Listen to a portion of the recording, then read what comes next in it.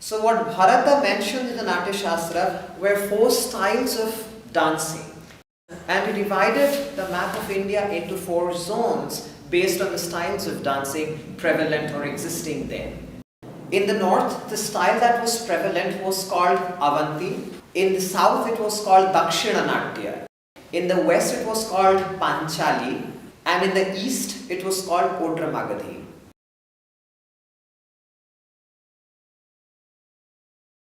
Basically, they were forms. They were practicing forms which was not meant to be visualized or heard by any mortal man. It was only meant for the gods. So, and performing arts per se, taking together basically theatre, music and dance. These are the 3 performing art forms that we have. Were all one. They were not separated or segregated from each other. So dance and music were a part of a theatrical performance. It was in the 12th century that dance and music got separated from theatre.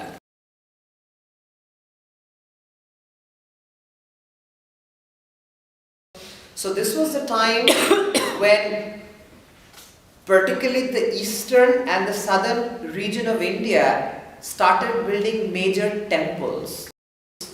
And in these temples, the deities that were housed were literally treated as the emperor of that sovereign land. And as part of a kingly or a royal ritual, the practice of having temple dancers and musicians came into being. Before the practice of temple dancers or temple musicians started, dance was believed to be practiced in heaven. So during this time, there was this huge temple of Lord Jagannath in Orissa, which is the eastern part of India. Now the temple of Lord Jagannath is considered to be the most ancient temple in the world. And its rituals were actually developed and modified during the time of Adi Shankaracharya in the 9th century. So this was a time when women dancers were apprenticed or dedicated to the temples for service.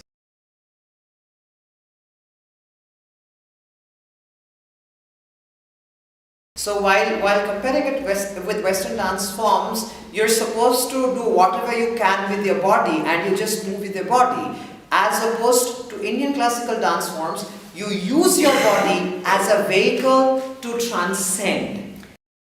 So your body is like a carrier or a vehicle for the soul to transport you from this material plane onto a transcendental or a divine plane.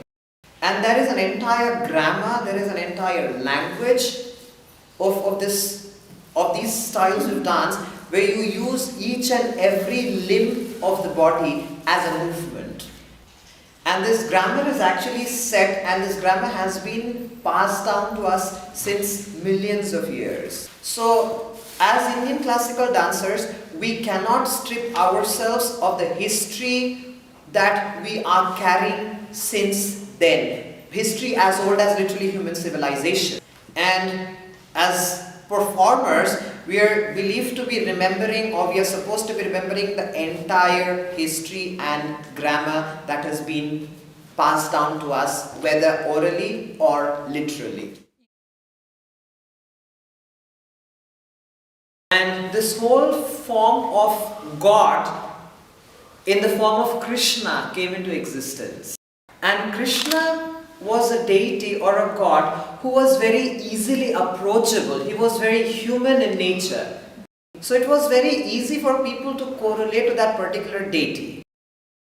Krishna could steal, he could flirt with women, he could dance around with women, he could have fun with men, he could be beaten by his own mother, yet he could be an able ruler, he could be like a friend, philosopher and guide who could create wonders. He could create magic, literally wonders, and all this very much in a human form, even if he was God. So that is how this Krishna's form came into existence. where people could correlate to him very easily.